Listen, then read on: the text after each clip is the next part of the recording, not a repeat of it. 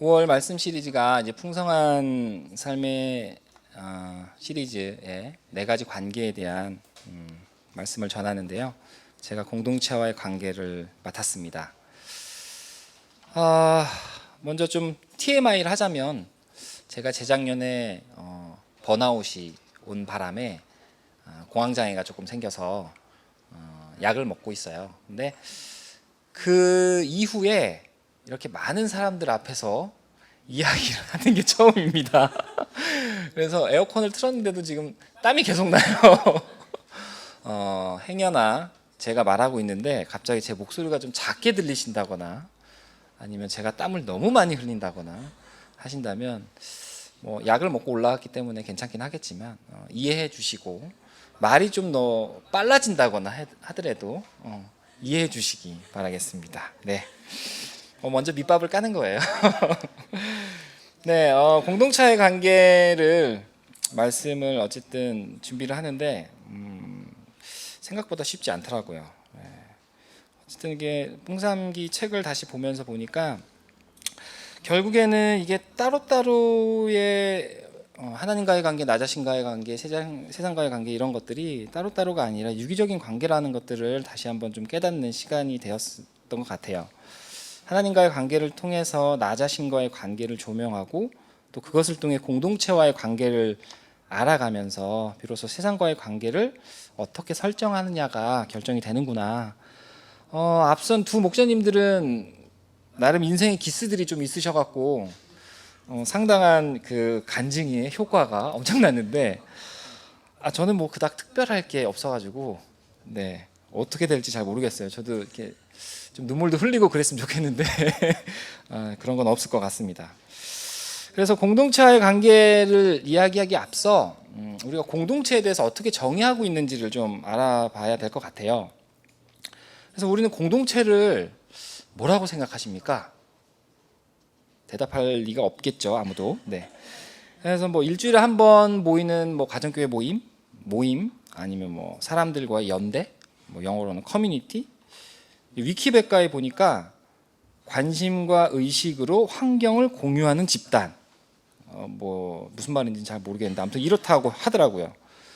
그래서 그럼 성경에서는 과연 공동체를 뭐라고 이야기하나? 풍산기를 바탕으로 보니까 크게 세 가지 정도로 이야기를 하는 것 같습니다. 아마 역피라미드 구조로 이렇게 구성을 하신 것 같아요. 네, 첫 번째가 하나님의 가족입니다. 우리 에베소서와 로마서를 연달아서 함께 같이 읽도록 하겠습니다. 시작. 그러므로 이제부터 여러분은 외국 사람이나 나그네가 아니요 성도들과 함께 시민이며 하나님의 가족입니다. 여러분은 또다시 두려움에 빠뜨리는 종살이의 영을 받은 것이 아니라 자녀로 삼으시는 영을 받았습니다. 그래서 우리는 그 영으로 하나님을 아빠, 아버지라고 부릅니다. 네. 아마도 이제 가장 큰 범위적으로 나눌 때 하나님의 가족이냐 아니냐, 그리스도인이냐 아니냐 이렇게 처음에 시작을 하는 것 같아요.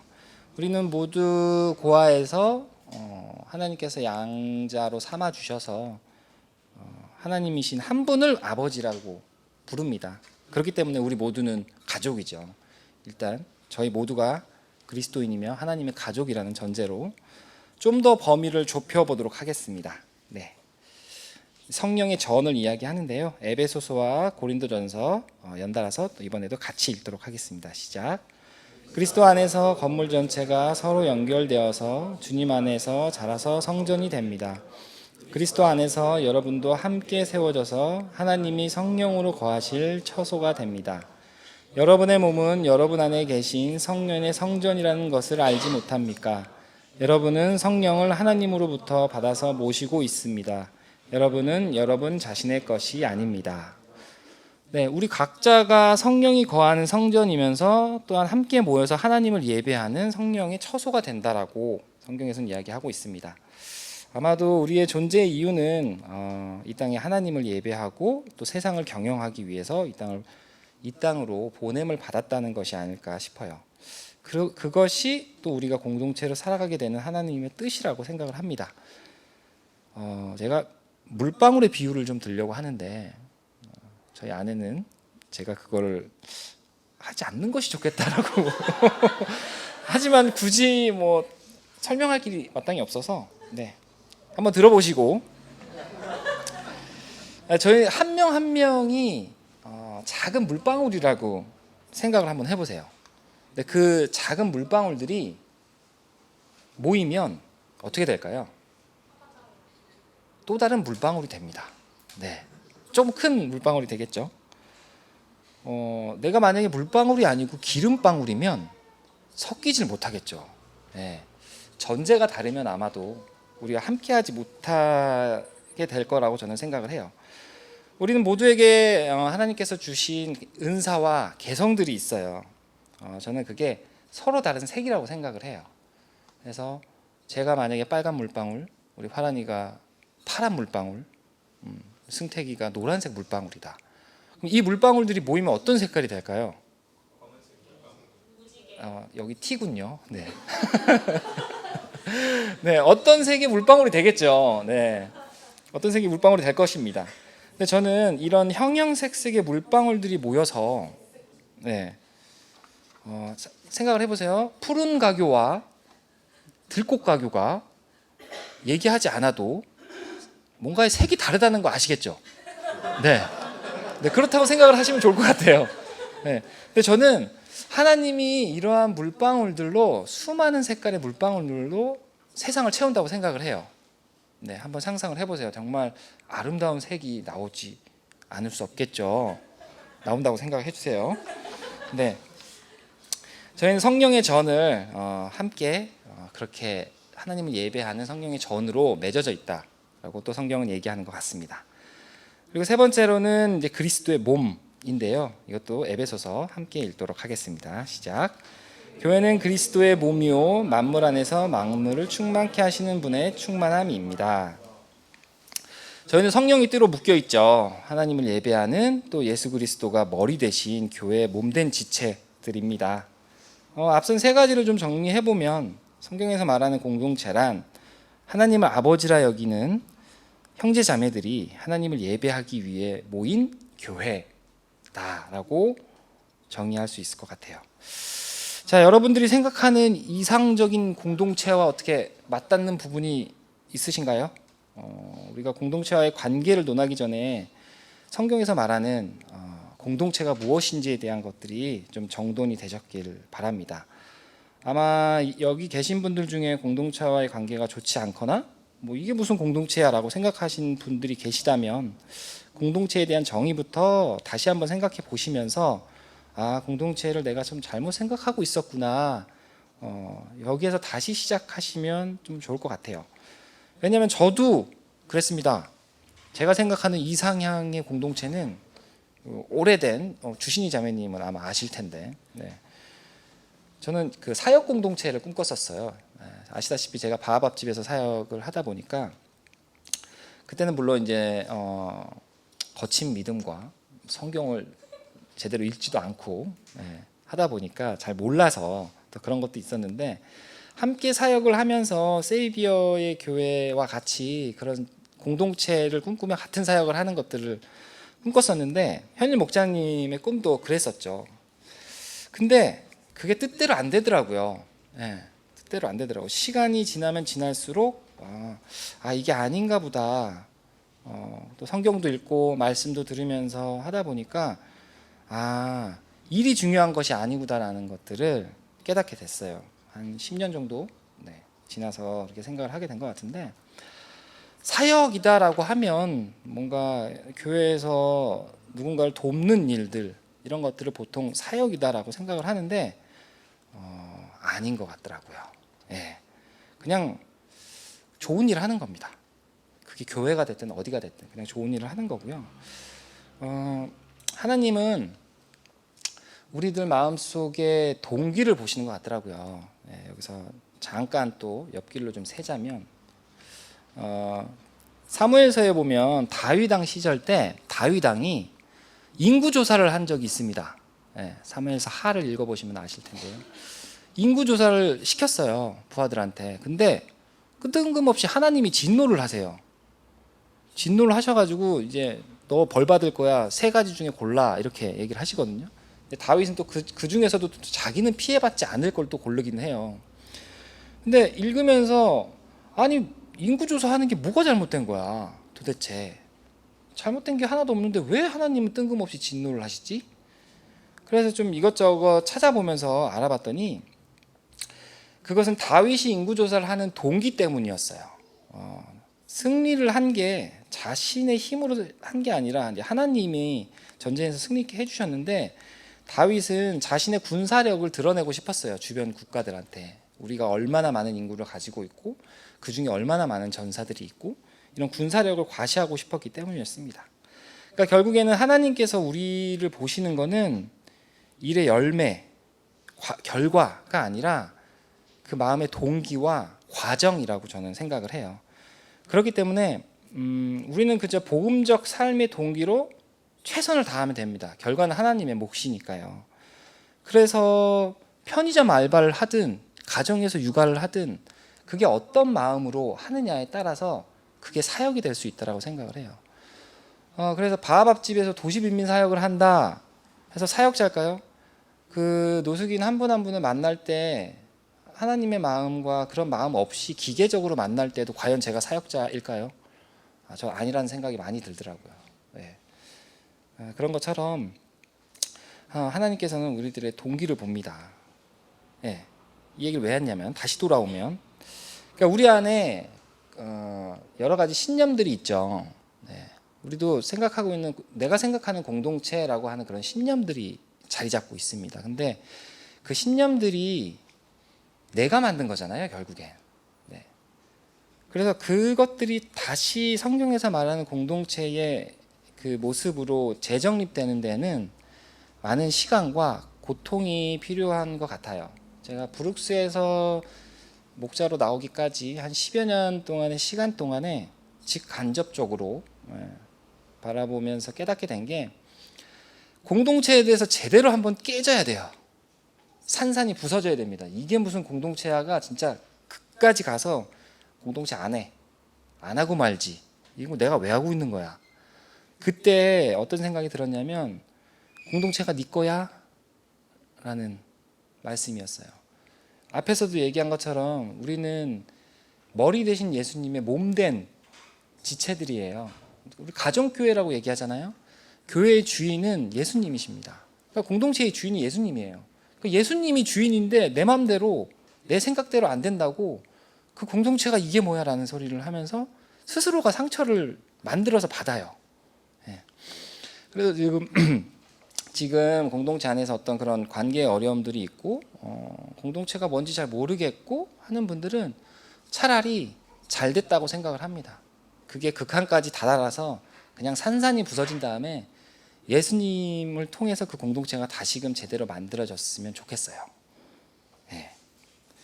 제가 생각했던 공동체에 대한 이제 10몇 년을 공동체를 하면서, 근데 목자를 하고 나서야 이제 그 공동체가 진짜 뭔지를 알게 되긴 한 것 같아요. 네. 그러면서 이제 깨닫게 된 부분들을 이제 공동체와의 관계에서 어떻게 적용할 수 있는지 한번 또 다시 나눠보도록 하겠습니다.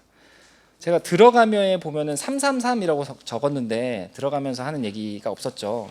보시면 아시겠지만 그냥 성경에서 이야기하는 세 가지, 제가 깨달은 세 가지, 그 다음에 그것을 적용하는 세 가지, 이렇게 해서 할 게 없어서 333이라고 했어요. 네, 첫 번째로는 현일 목사님이 맨날 저를 칭찬해 주셨던 한 가지인데, 저는 공동체가 하나님의 작품들이 모이는 전시관이라고 생각을 해요. 우리 에베소서 2장 10절 함께 읽도록 하겠습니다. 시작. 우리는 하나님의 작품입니다. 선한 일을 하게 하시려고 하나님께서 그리스도 예수 안에서 우리를 만드셨습니다. 하나님께서 이렇게 미리 준비하신 것은 우리가 선한 일을 하며 살아가게 하시려는 것입니다. 여러분, 각자가 하나님께서 만드신 작품이라고 성경에서는 이야기합니다. 그렇게 생각하시나요? 대답한 사람이 한 명밖에 없는데 좋든 싫든 간에 우리는 하나님께서 만드신 작품들입니다. 공동체는 그 작품들이 모여있는 작품이니까 전시관이라고 할게요. 전시관이라고 생각을 해요. 처음엔 전 집이라고 생각을 했었습니다. 그래서 내가 기둥이라면 누군가는 벽체이고 또 누군가는 대리석이고 그렇다라고 생각을 했는데, 우리들이 작품이라고 한다면 각기 다른 작품들인 거잖아요. 네. 그럼 기본적으로 나하고 다르다고 해서 틀린 게 아닙니다. 우리는 서로가 다름에 대한 것들을 존중해야 돼요. 마땅히. 왜냐하면 그 작품의 작가가 하나님이시니까. 네. 그런 부분들을 우리가 좀 많이 놓치고 살아가는 것이 아닐까 생각을 하고요. 기본적으로 또 한 공동체에 새로운 식구가 들어오면 새로운 작품이 들어오는 거잖아요. 우리는 이제 르네상스 작품들로 이렇게 쫙 모여 있는데 갑자기 현대 미술의 어떤 무언가가 딱 들어온다라고 하면 어울릴 수가 없겠죠. 근데 저는 공동체에서 해야 할 첫 번째 일이 새로 들어온 일을 위한 공동체 전시관 리모델링을 해야 된다고 생각을 해요. 그 작품들도 어우러질 수 있는 전시관으로 만드는 것, 그것이 우리에게 보내주시는 형제 자매에 대한 사랑의 시작이다라고 생각을 합니다. 두 번째는 제가 제일 먼저 처음 깨달은 바고 공동체에 대한 개념을 생각했던 게 사랑의 훈련소였어요. 네. 이건 좀 문장이 기니까 제가 읽도록 하겠습니다. 우리가 이미 죽음에서 생명으로 옮겨갔다는 것을 우리는 압니다. 이것을 아는 것은 우리가 형제 자매를 사랑하기 때문입니다. 사랑하지 않는 사람은 죽음에 머물러 있습니다. 자기 형제 자매를 미워하는 사람은 누구나 살인하는 사람입니다. 살인하는 사람은 누구나 그 속에 영원한 생명이 머물러 있지 않다는 것을 여러분은 압니다. 그리스도께서 우리를 위하여 자기 목숨을 버리셨습니다. 이것으로 우리가 사랑을 알게 되었습니다. 그러므로 우리도 형제 자매를 위하여 목숨을 버리는 것이 마땅합니다. 누구든지 세상 재물을 가지고 있으면서 자기 형제 자매의 궁핍함을 보고도 마음 문을 닫고 도와주지 않으면 어떻게 하나님의 사랑이 그 속에 머물러 있겠습니까? 자녀된 여러분, 우리는 말이나 혀로 사랑하지 말고 행동과 진실함으로 사랑합시다. 부모가 돼 보니까 저기 이제 송아의 어머님들도 아실 거예요. 이제 어머니도 자식도 자연스러운 사랑이 나오는 유일한 존재인데, 어떨 때는 사람이 태어날 때부터 진노의 자식이구나를 깨닫게 되는 면을 접하면 사랑을 못 하겠어요. 한 대 치고 싶은 생각이 되게 많이 드는데, 나이가 먹으면 먹을수록 진짜 막 그런 생각이 드는데, 우리란 존재가 그렇습니다. 예. 나조차도 스스로를 사랑하지 못하는 게 현실인 것 같아요. 예.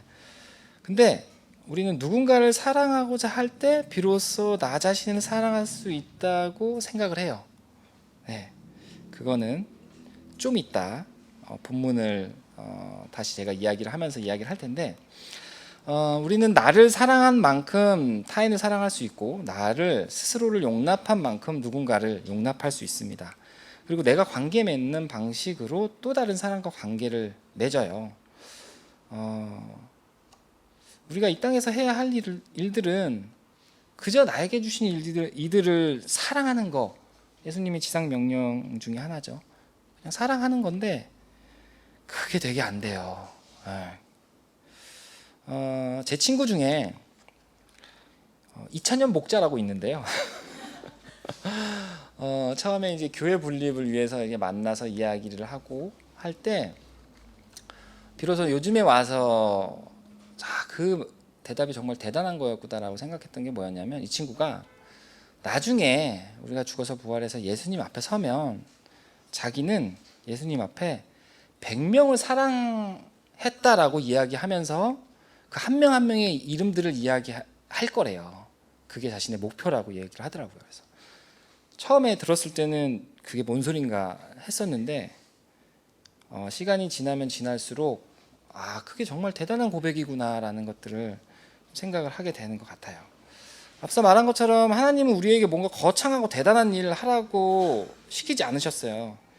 그냥 예수님이 다시 오실 때까지 니네끼리 잘 사랑하면서 이 땅에서 잘 버티면서 하나님이 주신 내 사랑을 잘 깨닫고 원래 모습으로 회복해 나아가렴. 좀 경박했죠? 죄송합니다. 안 해봐가지고. 이 정도로 생각을 합니다. 네. 우리는 가만 보면 우리는 악한 것들, 보이는 악한 것들에는 넘어지지 않아요. 잘 뻔한 거이기 때문에, 잘 알고 있기 때문에. 오히려 선한 일을 하려고 할 때 걸려 넘어져요. 네. 선한 일을 하려고 할 때 본질을 놓쳐버리는 경우가 많습니다. 네. 앞서 말했던 것처럼 하나님께서 원하시는 건 일이나 열매가 아니에요. 그저 그분이 아버지 되셔서 당신의 자녀가 당신을 찾고 함께 하시기를 원하는 것 뿐입니다.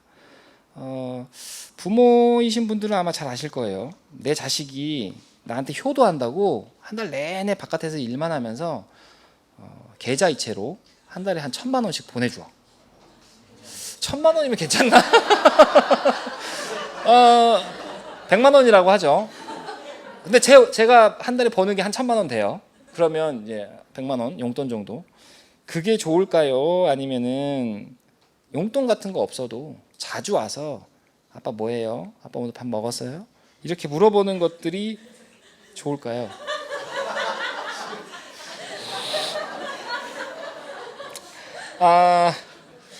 여기서 생각해 볼게, 하나님은 세상 가운데서 못하실 일이 없다라는 분이에요.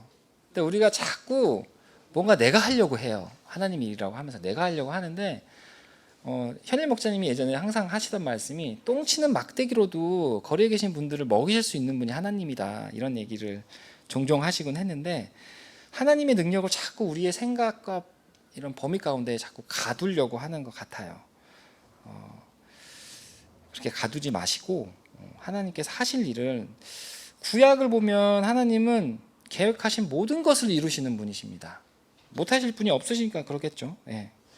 다 이루시는 분이세요. 그러니까 우리가 선한 일을 하려고 할 때 본질을 놓치는 경우는, 선한 일의 목적을 이루고자 나의 열심을 낼 때 나의 힘으로 하는 경우들이 대부분이에요. 그래서 걸려 넘어지게 됩니다. 근데 앞서 말씀드린 것처럼 하나님께서는 우리 마음의 동기를 보시죠. 그러니까 일을 좀 못해도 돼요. 능력이 없으면 못할 수도 있지. 제가 번아웃이 오게 된 게 제 힘을 의지해서 하다가 그렇게 됐다라고 저는 이제 나중에 깨닫게 됐는데, 그런 것처럼 우리는 예수님께서 주신 지상 명령 3가지만 지키면서 살면 될 거라고 생각을 해요. 첫 번째가 내 이웃을 내 몸과, 하나님을 사랑하고 내 이웃을 내 몸같이 사랑하고 땅 끝까지 증인이 되는 삶. 저는 그거 말고는 하나님께서 우리에게 성경에서 요구하시는 바는 딱히 없다라고 생각을 합니다. 크게 그렇게 정리를 하자면, 내 이웃을 내 몸과 같이 생각해야죠. 앞서 말했던 것처럼 누군가를 사랑하고자 할 때 비로소 나 자신을 사랑할 수 있는 기회가 주어지기 때문에 그렇습니다. 네, 세 번째로 예수 그리스도가 주인 되신 몸된 교회로서의 지체, 이거는 성경에서 말하는 것과 동일한데요.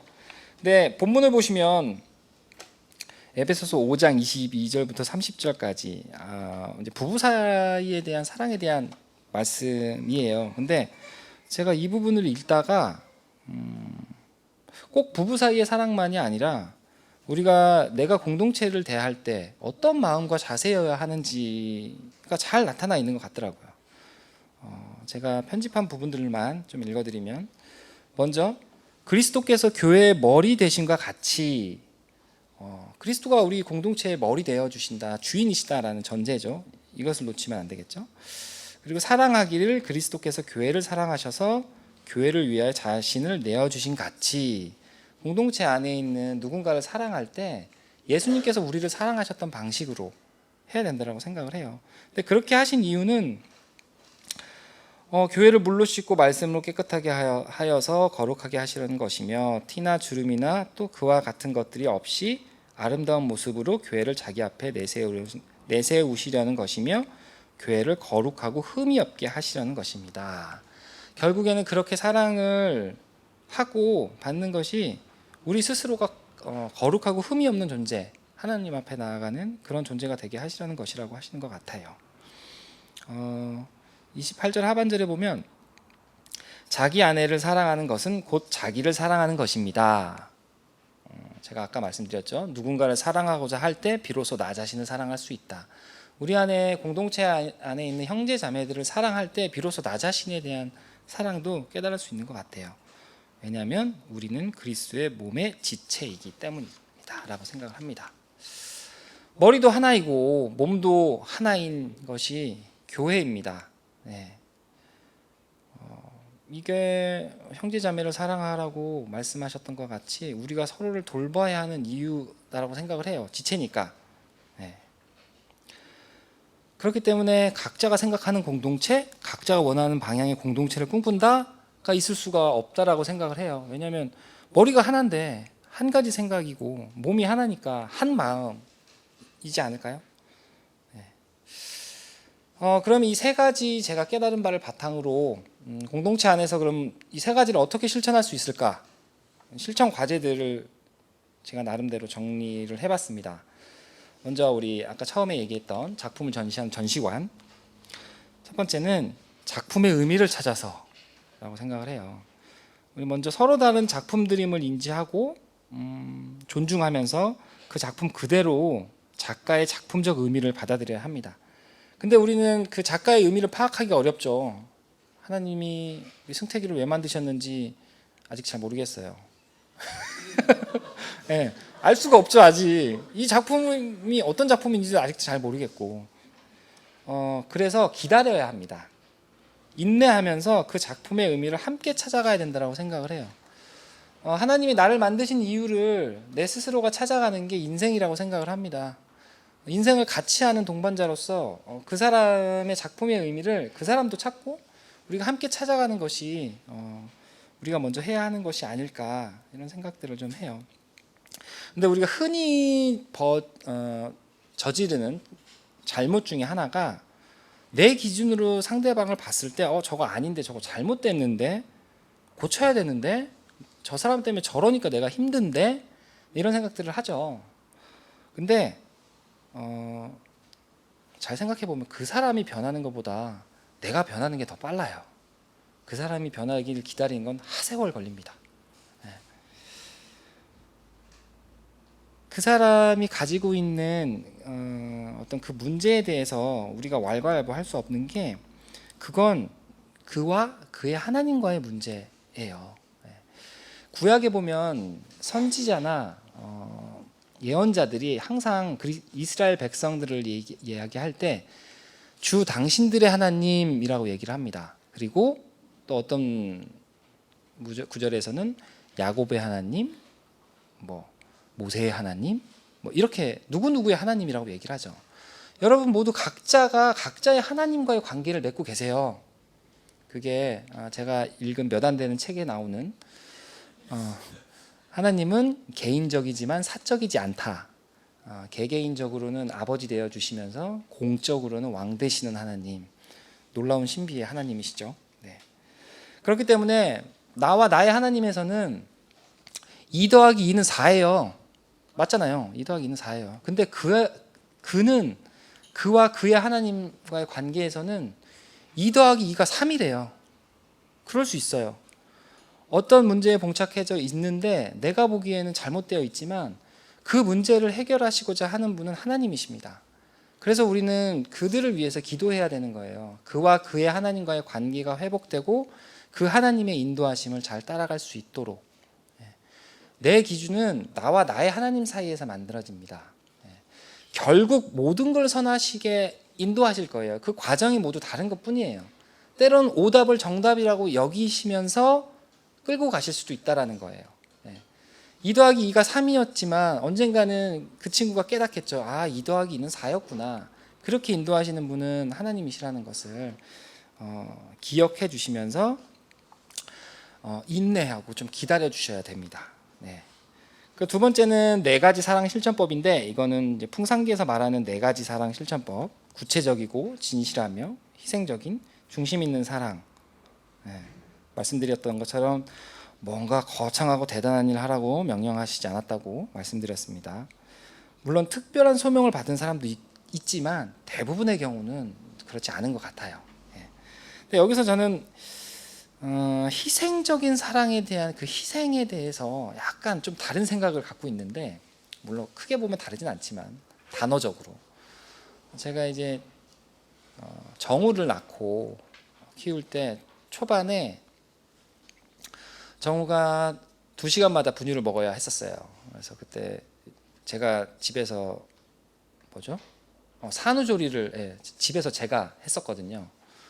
그러다 보니까 이제 지은이는 몸을 풀어야 되니까 누워 있고 제가 이제 젖병 소독하고 2시간마다 먹이고 거의 잠을 못 자고 그때 저 스스로 어떤 다짐을 계속했냐면 아프면 안 된다 했어요. 나 지금 아프면 안 된다. 난 절대 지금 아프면 안 된다. 그걸 계속 되뇌이면서 했어요. 근데 진짜로 안 아팠어요. 다행히. 원래 몸도 약한데 피곤하고 막 그래야 되는데 그렇게 버티면서 무슨 생각이 들었냐면 내가 저 사람을 위해서 하는 헌신이 누군가가 볼 때는 진짜 자신을 내어주는 희생이다라고 하지만 저는 희생이다라고 생각을 해본 적이 없어요. 정을 위해서 목숨도 줄 수 있는데 이게 무슨 희생이야? 내가 가지고 있는 사랑, 내가 할 수 있는 최선의 것을 하는데. 그래서 그때 생각했던 게 뭐였냐면 정말 내가 저 사람을 위해서 남들이 볼 때 희생처럼 보일 수 있겠지만 내 스스로가 희생을 하고 여기지 않는 게 진짜 사랑 아닐까? 네, 이런 생각들을 했어요. 그래서 일부러 내가 저 사람을 위해서 희생해야지. 물론 이제 사랑을 훈련하기 위해 그러한 방식을 택한다면 하나님께서도 기뻐하시겠죠. 근데 그게 아니라 남에게 잘 보이기 위해 누군가에게 그럴싸한 사람으로 보이기 위해 그렇게 한다면 저는 그거는 사랑이 아니라고 생각이 들어요. 제 기준에서는. 네. TMI였고요. 네. 그래서 마지막 3번째, 우리는 몸된 교회로서 서로를 돌봐야 합니다. 한몸된 지체라고 했죠. 누군가가 예시를 들긴 좀 그렇네요. 내 팔을 왼쪽 팔을 꼬집는다고 생각을 해보세요. 그럼 제일 먼저 보이는 반응이 뭘까요? 아야 말고 목소리 말고 여기 꼬집었어. 팔을 하겠죠. 아프니까 아프면 제일 먼저 가요. 손 뜨거우면 여기부터 가고 제일 먼저 가요. 네. 그러니까 우리가 서로를 돌봐야 되는 지점이 저는 이거라고 생각을 해요. 내 팔이 아파. 근데 이쪽 팔이 가만히 있다고요? 가만히 못 있어요. 자연스럽게 가겠죠. 이렇게 가는 것이 우리가 몸된 교회로서의 우리들의 모습과 자세여야 되지 않을까 그렇게 생각을 합니다. 인내하면서 4가지 사랑 실전법을 훈련하면서 우리가 한몸된 지체임을 깨달으면서 그렇게 서로를 돌보면서 가는 것이 공동체와의 관계에서 필요하지 않을까 그렇게 생각을 합니다. 이제 거의 끝이 다 와가네요. 시간은 대충 맞았나 모르겠네요. 현재 여러분이 공동체 안에서 관계가 쉽지 않나요? 어려운 관계에 놓여 있습니까? 공동체가 왜 이런지 생각이 드시나요? 잘 생각해 보세요. 지금 나와 공동체와의 관계는 나와 하나님과의 관계의 현존입니다. 내가 들어서 아는 것과 살아내는 것이 다르다면 그건 제가 아는 것이라고 할 수 없어요. 들은 것뿐입니다. 흔히들 우리가 예전에 나들목 교회 시절 때 그런 얘기들을 많이 했는데 나들목 교회가 이제 바깥에서 볼 때 건강한 교회다 이런 얘기들을 많이 들었고 그러다 보니까 그냥 나들목 교회에 출석한 본인 스스로들이 건강한 줄 아는 사람들이 꽤 있었어요. 건강한 교회 다닌다고 자기도 건강하다고 생각을 하는 거죠. 그러니까 큰 착각이죠. 말씀을 준비하면서 이것저것 찾아보다가 어떤 영상을 하나 보게 됐는데 미국의 어떤 목사님이 예전 목사님이 이런 얘기들을 하셨어요. 세상엔 비극이 너무 많다. 무신론자가 지옥 가는 것, 이슬람교, 힌두교, 불교 등등 이들이 지옥 가는 것. 하지만 가장 큰 비극은 교회 안에 가롯 유다와 같이 예수님 주의만 맴돌며 하나님의 이름을 팔고 살아가는 이들이다. 좀 극단적 표현이죠. 극단적 표현이긴 한데 주는 메시지는 좀 확실한 것 같더라고요. 언젠가부터 저는 이제 매일 밤 자기 전에 기도를 할 때 자주 드리는 기도가 제가 회칠한 무덤이 되지 않도록 기도를 많이 해요. 바리새인이 되지 않도록. 나름 신앙의 연수가 쌓이면서 들은 것이 많아져 가다 보니까 그걸 다 살아내지도 못하면서 머리만 이렇게 커져가지고 근데 또 말은 또 지금처럼 또 그럴싸하게 해요. 들은 거 많다고. 예. 그래서 항상 제 자신이 그런 회칠한 무덤, 회칠이란 게 그 석회칠을 한다라는 건데 그 무덤을 되게 반짝반짝 윤이 나게끔 보이게 하는 거라고 하더라고요. 나 자신이 누군가에게 보여질 때 되게 그럴싸하게 보여지는. 그래서 오늘도 원래 우리 정진 목사님도 그렇고 저번에 보니까 이제 다 차려입고 나오셔가지고 하시더라고요. 그래갖고 처음엔 그렇게 준비를 해봤었어요. 근데 머리가 너무 이상하더라고요. 너무 아저씨 같아가지고 그래서 바지도 이제 다른 걸 입고 했다가 날도 더운데 아내가 이제 그냥 반바지 입으라고 어떠냐고. 그래서 생각해보니까 그래 반바지 입고 모자 쓰고 나답게 하자.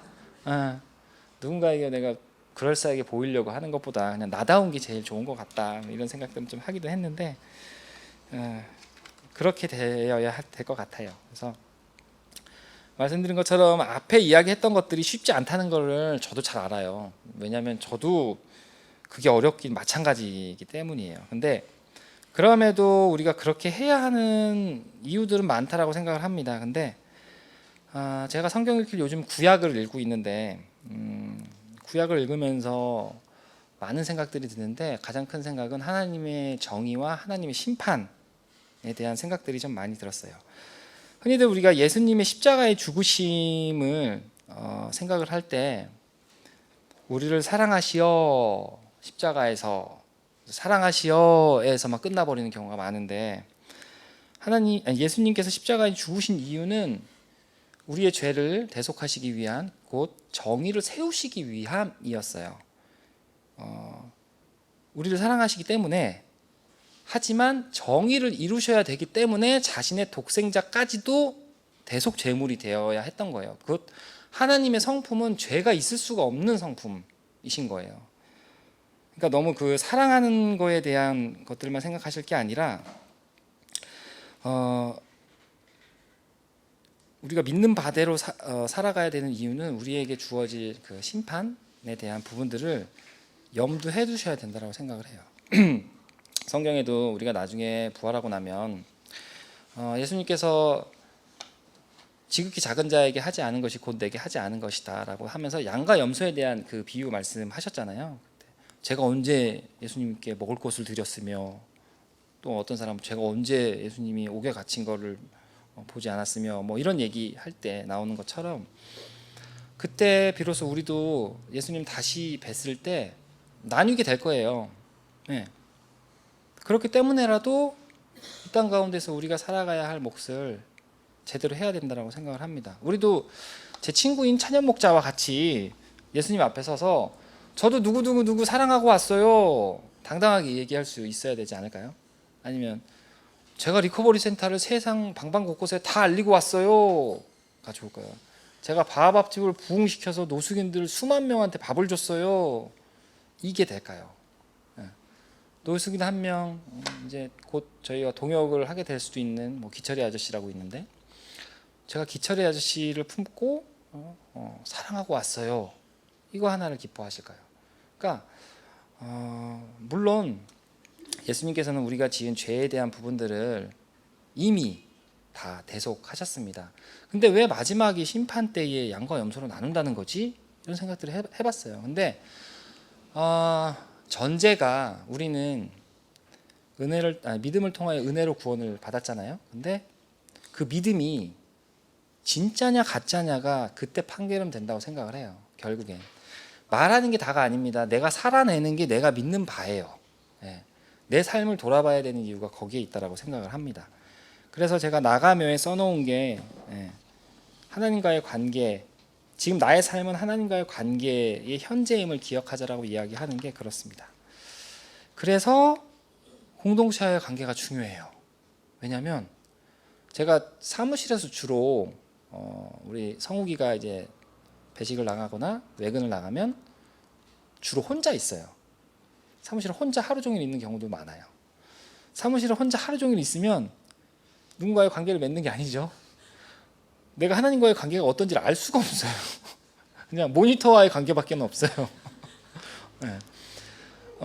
결국에는 우리가 엮여 있는 모든 것들은 사람들과의 관계에서 비롯돼요. 그래서 내가 사람들과 관계를 어떻게 맺고 있느냐가 내가 하나님과의 관계를 어떻게 맺고 있는지, 그리고 내가 하나님과의 관계에서 내가 어떤 믿음을 갖고 있는지를 돌아볼 수 있는 거다라고 생각을 합니다. 우리는 모두 부족하고 모자라죠. 네. 하지만 능력 주시는 이는 성령님이시기 때문에 그 부족하고 모자란 건 성령님께 의지하면 돼요. 우리가 할 수 있는 건 하나가 있어요. 진실할 수 있습니다. 네. 아까도 말씀드린 것처럼 하나님은 우리의 마음의 동기를 보신다고 하셨잖아요. 그런 것처럼 우리는 진실할 수 있어요. 용기를 내면. 네. 어떤 것에서도 그런 진실된 모습을 보이고자 노력한다면 하나님께서도 충분히 우리를 인정해 주시고 하시지 않을까. 네. 말이 좀 많이 세기도 했는데 결론은 공동체의 관계를 위해서라도 나와 하나님과의 관계, 내가 내 스스로 어떻게 바라보고 있는지, 나의 삶에 대한 것들을 돌아보시는 그런 시간들이 되셨으면 좋겠습니다. 네, 1분간 침묵하면서 오늘 혹시 하나님께서 주신 말씀이 있다면 그 말씀에 대해서 한번 잘 생각하는 시간 갖도록 하겠습니다.